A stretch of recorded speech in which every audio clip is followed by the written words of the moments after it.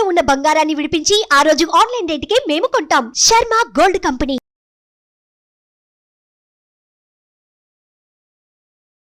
నమస్తే, welcome to Suman TV. నేను మీ యామ్ని. ప్రస్తుతం మనతో ఉన్నారు ప్రముఖ ఆధ్యాత్మికవేత్త, ప్రముఖ జ్యోతిష వాస్తు పండితులు డాక్టర్ గుండపుడి శివసుధీర్ శర్మ గారు ఉన్నారు. గురుగారితో మాట్లాడి మనకున్న సందేహాలను అడిగి తెలుసుకుందాం. నమస్కారం గురుగారు. శ్రీమాత్రే నమః. శ్రీ గురుభ్యో నమః. గురుగారు, ముందుగా మాకు అసలు తొలి ఏకాదశి యొక్క విశిష్టత గురించి తెలియచేయండి. ఆషాఢ శుద్ధ ఏకాదశి మనం అంతమంది కూడా చెప్పుకుంటూ ఉంటాం చాలాసార్లు కూడాను. మాసాలలో 4 మాసాలు చాలా విశేషమైనటువంటివి. ఆ కా మా వై. ఆషాఢం, కార్తీకం, మాఘం, వైశాఖం. ఈ మాసాలు చాలా విశేషమైనటువంటి మాసాలుగా చెప్తూ ఉంటాం. సముద్ర స్నానం చేయాలి అనుకునేటువంటి వారు ఈ మాసాలలో సముద్ర స్నానం చేస్తూ ఉంటారు. దీని ద్వారా మంచి విశేషమైనటువంటి పుణ్యం లభిస్తుంది తప్పనిసరిగా. అలాగే ఈ 4 మాసాలలో సముద్రానికి అత్యంతమైనటువంటి శక్తి కూడా ఉంటుంది. కాబట్టి ఈ మాసాలలో సముద్ర స్నానం చేయమని చెప్తున్నారు. ఎందుకంటే అంత వాతావరణాన్ని బట్టి. ఇక్కడ ఓ మాట చెప్పాలి అంటే, ఆషాఢ మాసంలో స్నానం చేసేటువంటి వారు, సముద్ర స్నానం ఇట్లాంటివి చేసేటువంటి వారు ఏకాదశి నుంచి మాత్రమే ప్రారంభిస్తారు. అది ఎందుకు అంటే, జ్యేష్ఠ మాసం నుంచి ఆషాఢ శుద్ధ ఏకాదశి వరకు కూడా 40 రోజులు, 41 రోజు. ఈ 41 రోజు కూడాను సముద్రానికి ఇబ్బందికరమైనటువంటి రోజులు ఉంటాయి. ఇన్ని రోజులు కూడా స్నానం చేయకూడదు అంటారు. జ్యేష్ఠ మాసం, జూన్లో వచ్చేటువంటి జ్యేష్ఠ మాసం నుంచి మరలా మన తొలి ఏకాదశి వరకు, ఆషాఢ శుద్ధ ఏకాదశి వరకు. అక్కడి నుంచి సముద్రం విశ్రాంతి అయిపోయి మరలా ప్రారంభం అవుతూ ఉంటుంది. అంతవరకు చూడండి విపరీతమైనటువంటి అలలు ఉంటాయి. జూన్ అదే మన జ్యేష్ఠ మాసం, ఆషాఢ శుద్ధ ఏకాదశి వరకు కూడాను ఆటుపోట్లు ఎక్కువగా ఉంటాయి సముద్రంలో. అవి తగ్గుముఖం పట్టి సముద్ర స్నానానికి అనుకూలంగా ఉండేటువంటి వాతావరణం ఈ 4 మాసాల్లో ఉంటుంది.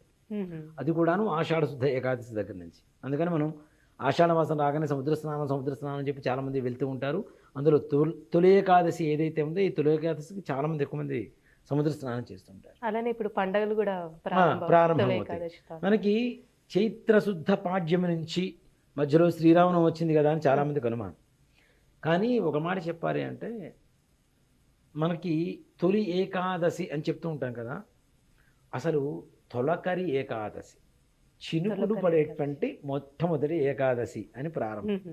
మనకు పూర్వకాలంలో ఏంటి, ఒక సీజన్లో రెయిన్ సీజన్ అని చెప్పి క్లియర్గా చెప్పొచ్చు. సమ్మర్, వింటర్ అని చెప్పొచ్చు. ఇప్పుడున్న పరిస్థితులు అంటే మనతో పాటు వాతావరణం కూడా అప్డేట్ అయిపోయింది. ఎప్పుడు కావాలంటే అప్పుడు దొరికిపోతుంది. సీజనల్ ఫ్రూట్స్ ఒకప్పుడు సీజనల్లో మాత్రమే దొరికేవి, ఆ సీజన్లో మాత్రమే, సీజన్ దాటితే దొరికేవి కాదు. అలాంటిది ఇప్పుడు ఏ సీజన్లో అయినా ఏ పండైనా దొరుకుతుంది. అలాగే వాతావరణం కూడా అప్డేట్ అయిపోయింది. ఇప్పుడు వర్షాకాలంలో వర్షాలు పడుతుంటాయి, ఎండాకాలంలో పడుతుంటాయి, చలికాలంలో పడుతూనే ఉంటాయి. 3 కాలాల్లో కూడా ఎప్పుడు పడితే అప్పుడు వర్షాలు పడుతూనే ఉన్నాయి. పూర్వకాలంలో ఏంటంటే తొలకరి, ఏదైతే జ్యేష్ఠ శుద్ధ పౌర్ణానికి ఏరువాక పౌర్ణమి అని చెప్పి రైతులంతా కూడా చక్కగా పూజ చేస్తూ ఉంటారు కదా, అక్కడి నుంచి వాళ్ళు ఒకసారి దున్నడం మొదలు పెడతారు. ఎండిపోయిన తర్వాతనే దాన్ని మొత్తం మన నాగలితో సాగు చేస్తారు కదా. చేసిన తర్వాత విత్తనాలు వేయాలంటే వర్షం కావాలిగా, అది కురిసేటువంటి ఏకాదశి ఈ తొలకరి ఏకాదశి, అదే తొలి ఏకాదశి. మాట చెప్పానంటే రైతులకి చాలా ముఖ్యమైనటువంటి రోజు ఈ తొలకరి. ఎప్పుడైతే ఏకాదశి రోజు చినుకులు పడుతూ ఉంటాయో అత్యంత ఆనందంగా ఉండేటువంటి వాళ్ళు ఎవరన్నా ఉన్నారు ప్రపంచంలో అంటే రైతులు. అంతే కదా, వాళ్ళకి పంట పండడానికి వాళ్ళకి తొలకరి చినుకులు పడుతుంటాయి. వాళ్ళు వర్షం పడితే మంచిగా పంటలు పండుతాయి. వాళ్ళు పండిస్తే మనం చక్కగా ఉంటాం, ఆనందంగా కడుపు నిండా తినడానికి అవకాశం ఉంటుంది.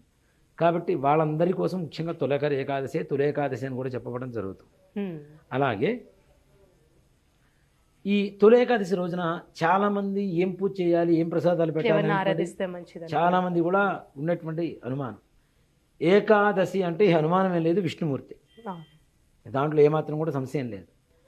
చాతుర్మాస దీక్ష అని చెప్పి పీఠాధిపతులు, మఠాధిపతులు కూడా ఇప్పుడే స్టార్ట్ చేస్తారు.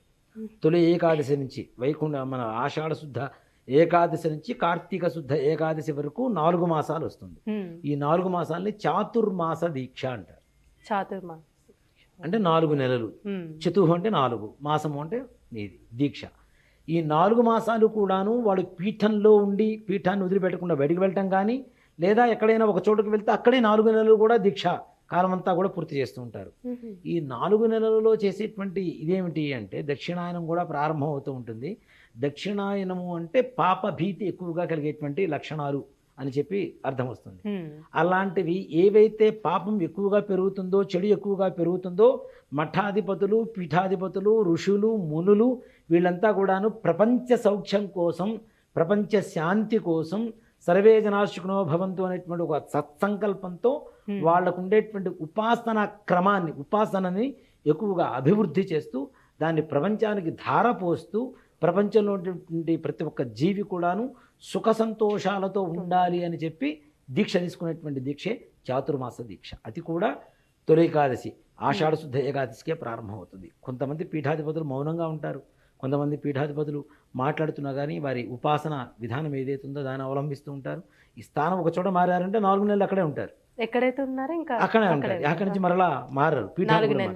4 నెలలు అంత పవిత్రమైనటువంటిది ఈ తొలి ఏకాదశి, తొలకరి ఏకాదశి. ముఖ్యంగా విష్ణుమూర్తికి ఏదైతే పొద్దున్నే స్నానం చేస్తామో, ఏకాదశి అంటే చాలామంది ఇప్పటికి మామూలు ప్రతి నెల వచ్చేటువంటి శుద్ధ ఏకాదశి కూడా చాలామంది ఉపవాసం చేసేటువంటి వాళ్ళు చాలామంది ఉన్నారు. ఎలా అంటే మంచినీళ్ళు కూడా తాగకుండా అలానే ఉండేటువంటి వాళ్ళు చాలామంది ఉన్నారు.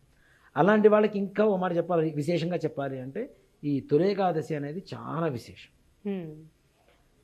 విష్ణుమూర్తికి పొద్దున్నే స్నానం చేసి కాలకృత్యాన్ని నెరవేర్చుకొని విష్ణు సహస్రనామ పారాయణ కావచ్చు, ఓం నమో నారాయణ అనేటువంటి అష్టాక్షరి మంత్రం కావచ్చు, ఏదైనా సరే విష్ణునామ స్మరణ చేసుకుంటూ, అందుకనే విష్ణు సహస్రనామంలో కూడా వస్తుంది నామస్మరణ మాత్రేన జన్మ సంసార బంధనాత్ అనేటువంటిది ఒక శ్లోకం కూడా వస్తుంది విష్ణు సహస్రనామంలో. అంటే స్వామివారి నామాన్ని పలికిన జన్మ బంధాలన్నీ కూడా తెగిపోయి విముక్తి అంటే కరిగిపోయి ముక్తి కలుగుతుందని చెప్పి శాస్త్రం చెప్తుంది.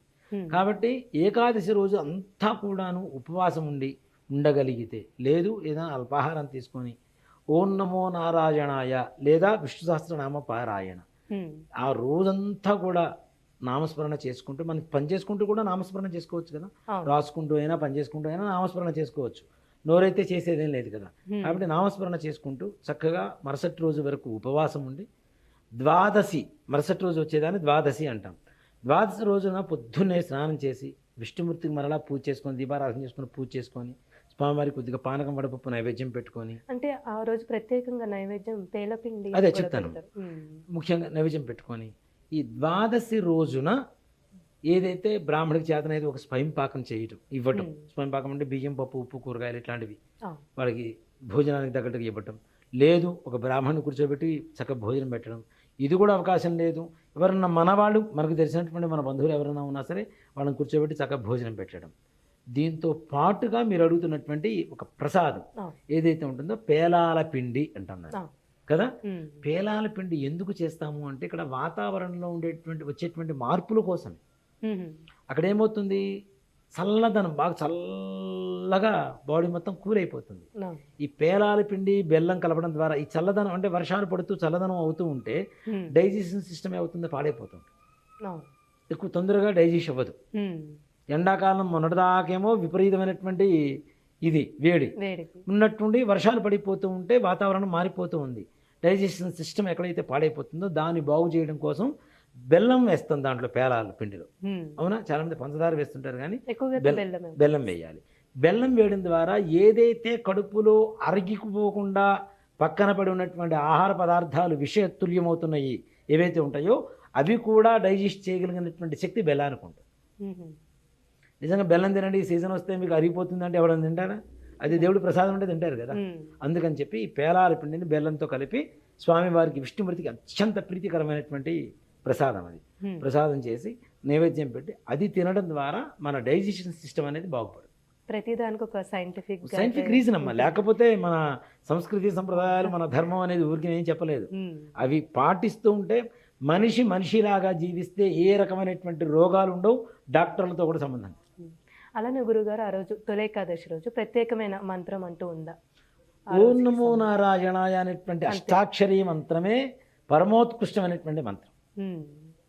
కాబట్టి ఆ మంత్రం చాలా, అసలు వేరే మంత్రంతో కూడా పని లేదు, చక్కగా లేదు. ఇవన్నీ కాదు, పురుష సూక్తం, స్త్రీ సూక్తం మనకు ఆడియోస్ దొరుకుతాయి, చక్కగా వినండి, విష్ణు సహస్రనామం వినండి, విష్ణు సహస్రనామం వింటే దాంట్లో ఒక శ్లోకం కూడా ఉంటుంది. శ్రీరామ రామ రామేతి రమే రామే మనోరమే సహస్రనామ తత్తుల్యం రామనామవరాన అనేటువంటి ఒక మంత్రం ఉంటుంది. ఈశ్వరుడు చెప్పినటువంటి శ్లోకం అది. ఆ శ్లోకాన్ని ఒక్కసారి చదివితే విష్ణు సహస్రనామం మొత్తం చదివినట్టే, ఒక్క నామం ఒక్క శ్లోకం చదివితే. కాబట్టి అలాంటి ఒకసారి రామనామ మంత్రం చదివితేనే మనకంత పుణ్యం వస్తుంది అనుకుంటే రోజంతా కూడా రామనామం చెప్పొచ్చు. తద్వారా అన్ని కష్టాలు తొలగిపోతాయి.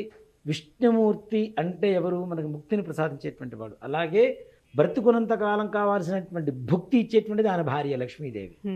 కాబట్టి లక్ష్మీనారాయణుల అనుగ్రహం కలుగుతుంది.